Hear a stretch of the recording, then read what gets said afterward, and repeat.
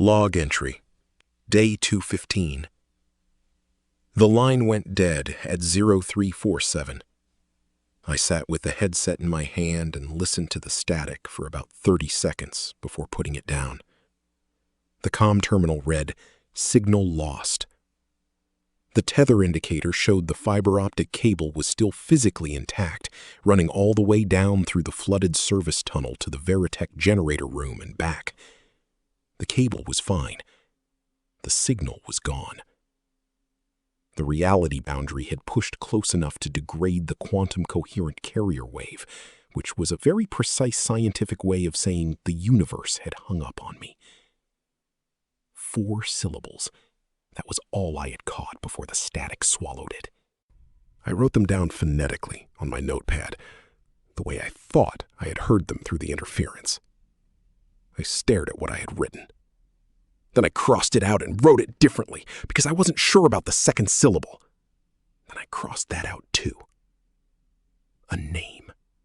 Someone's name, presumably.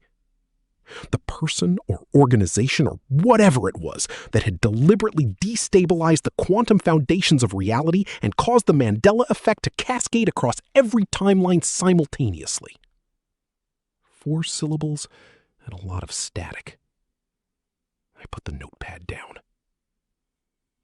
Here's the thing about talking to yourself for 40 minutes at the bottom of a mine shaft in the middle of an existential crisis. It doesn't actually help. You would think it would. You would think another version of yourself would have useful perspectives, emotional insights drawn from a slightly different life. And Veritech Elliott had been useful, technically. The standing wave problem, the third option, the anchored quantum signature approach. Good science. Necessary science.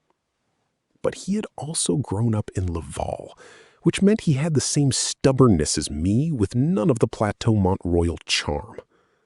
Listening to yourself argue with yourself about quantum array design at 4 a.m. when your house is being eaten by a physics catastrophe is deeply demoralizing in a way I had not anticipated. I needed to do something with my hands that wasn't physics. I went to the rec shelf and grabbed the Millennium Falcon instruction manual because I had been meaning to use it as scratch paper, and it was closer than any of my lab notebooks. I picked it up.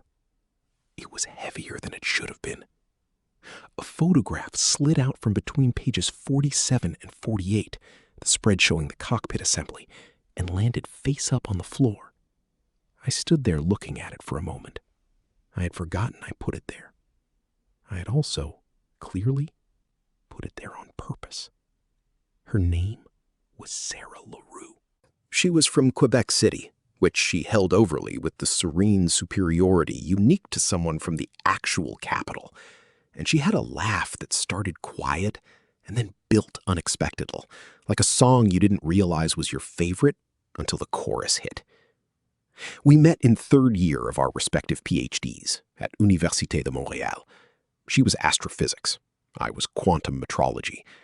We argued for 45 minutes at a departmental mixer about whether the measurement problem was philosophically interesting or just a notational inconvenience before we noticed we were the last 2 people in the room. We walked home along Rue Rochelle in the October dark, our breath misting in the cold, past the lights of the restaurants and the dépanneur still open at midnight.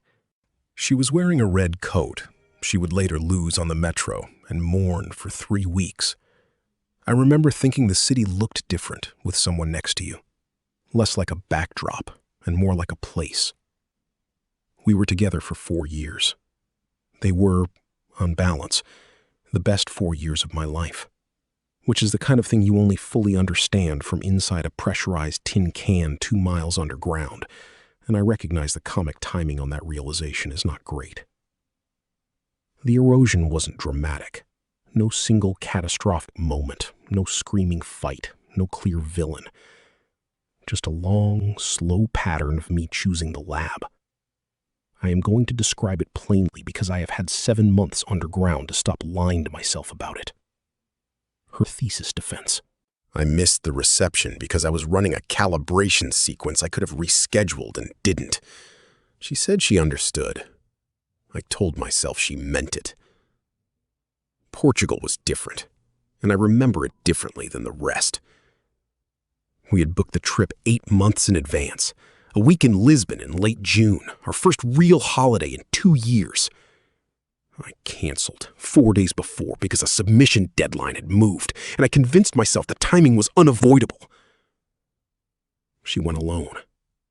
She sent photographs every day. Azulejo tiles on a church wall, afternoon light on the Tagus, a glass of wine on a terrace at dusk. In every one, she was slightly off-center, the composition you get when you ask a stranger to take your picture. I looked at those photographs between data runs and understood exactly what I was seeing. Then I went back to work anyway. Her mother's birthday dinner in Quebec City. I drove up late, left early, spent most of the meal checking my phone under the table. 3 hours of highway dark on the drive home and the radio on low. I told myself the silence between us was comfortable. I was a physicist, not a psychologist. I was very good at convincing myself the data supported the hypothesis I already wanted. The last night was a Tuesday in November. That particular Montreal cold that doesn't just chill you but gets into the argument. She was at the kitchen table when I got home at 11:30. A cup of tea gone cold in front of her. Not reading, not watching anything. Just sitting in the kitchen light. When I came in, she looked at me with an expression I hadn't seen before. Not angry. Tired. Je suis fatiguée d'être seule avec quelqu'un, she said. Tired of being alone with someone. Not alone. With someone. I stood in my coat in the doorway and ran through responses the way I run through equations, eliminating the ones that didn't hold. I could apologize. I could promise different. I could explain that the paper was almost finished, that the next rotation would be shorter, that things would change. I said none of them. The honest answer, the one living under all the others,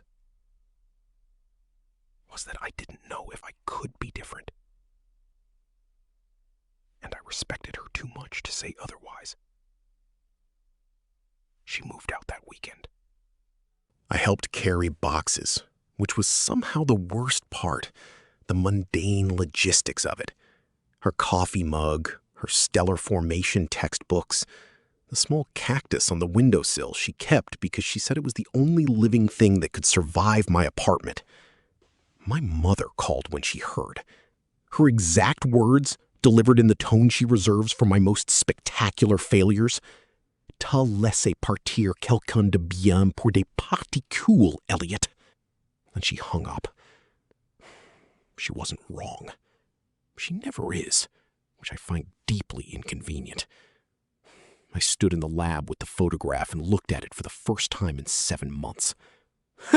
Parc de la Vérendrye, the summer before everything came apart.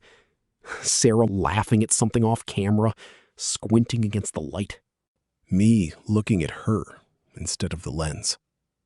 You could tell even in the photograph that I hadn't noticed anyone watching. I put it back between pages 47 and 48, closed the manual, put it back on the shelf. Then I went to the console to get back to saving my timeline, which remained the one thing I was unambiguously good at.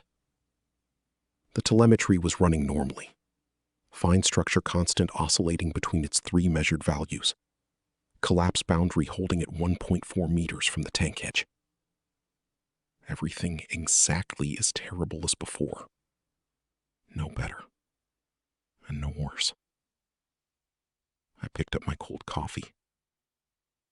And for less than a second, not long enough to log, barely long enough to register, the air changed. A warmth with no source. Dark roast espresso, and the faint, sweet smell of tourtière pastry just out of the oven. Then cold, recycled air and ozone, same as always. I stared at the empty lab. The quantum sensors hadn't spiked. I hadn't touched the boundary. There was no physical mechanism for a superposition flash without direct contact. which meant either my brain was staging a protest or Timeline B was done waiting for an invitation. I looked back at the notepad, at the 4 syllables I had written, crossed out, and rewritten twice in the dark. Somewhere out there, someone had done this on purpose, and I still didn't know their name.